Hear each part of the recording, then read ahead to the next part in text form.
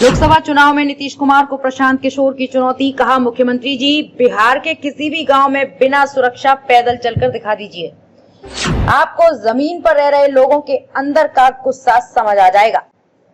जन स्वराज पदयात्रा के सूत्रधार प्रशांत किशोर ने बिहार के मुख्यमंत्री नीतीश कुमार पर जोरदार सियासी हमला बोलते हुए कहा कि आज स्थिति ये है कि मुख्यमंत्री नीतीश कुमार और उनके शासनकाल के लिए लोग अपशब्दों का प्रयोग कर रहे हैं।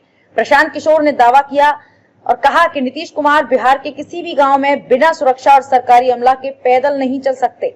आज बिहार में अफसरशाही, भ्रष्टाचार अपने चरम पर है। बिना पैसे दिए एक काम नहीं होता है। उन्होंने कहा कि अगर लालू प्रसाद का शासनकाल अपराधियों का जंगल राज था, तो नीतीश कुमार का शासनकाल अधिकारियों का जंगल राज है। बिहार की बदहाली का जिक्र करते हुए बताया कि जिन गांवों और पंचायतों में जाने का मौका मिला है, वहां पलायन की समस्या बहुत बड़ी है। गांव में 60% तक नवयुवक नहीं है। उन्होंने आगे कहा कि नीतीश कुमार के शासनकाल की सबसे बड़ी नाकामी है बिहार में शिक्षा व्यवस्था का ध्वस्त हो जाना। बिहार में भूमिहीनों की समस्या का जिक्र करते हुए प्रशांत किशोर ने कहा कि बिहार में गरीबी और बेरोजगारी का सबसे बड़ा कारण है बड़ी संख्या में भूमिहीनों का होना। आंकड़ों के मुताबिक बिहार में 58% लोग भूमिहीन हैं, जबकि देश में भूमिहीनों की संख्या 38% है। चौथा स्तंभ, ब्यूरो रिपोर्ट।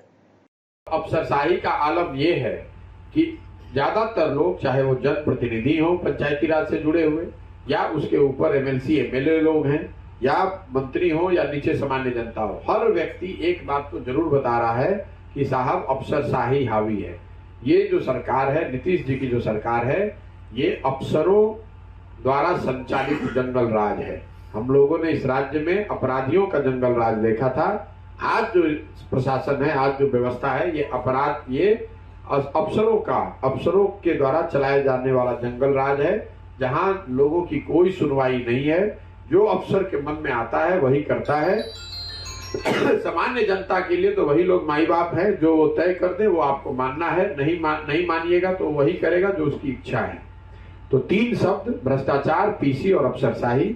इसके अलावा सरकार को लेकर उदासीनता, राजनीतिक जो यहाँ परिस्थिति है, ज्यादातर लोगों का ऐसा मानना है कि नीतीश जी के लिए, कम से कम जो मुख्यमंत्री हैं, मैंने जिस तरह के शब्द प्रयोग लोगों के द्वारा सुना, तो मेरे लिए एक तरह से, मैं बार बार कहता हूं कि 14-15 में नीतीश कुमार जी का जब हम लोग कैंपेन कर रहे थे, तो चंपारण का वो एरिया है जहां महागठबंधन को सफलता नहीं मिली थी।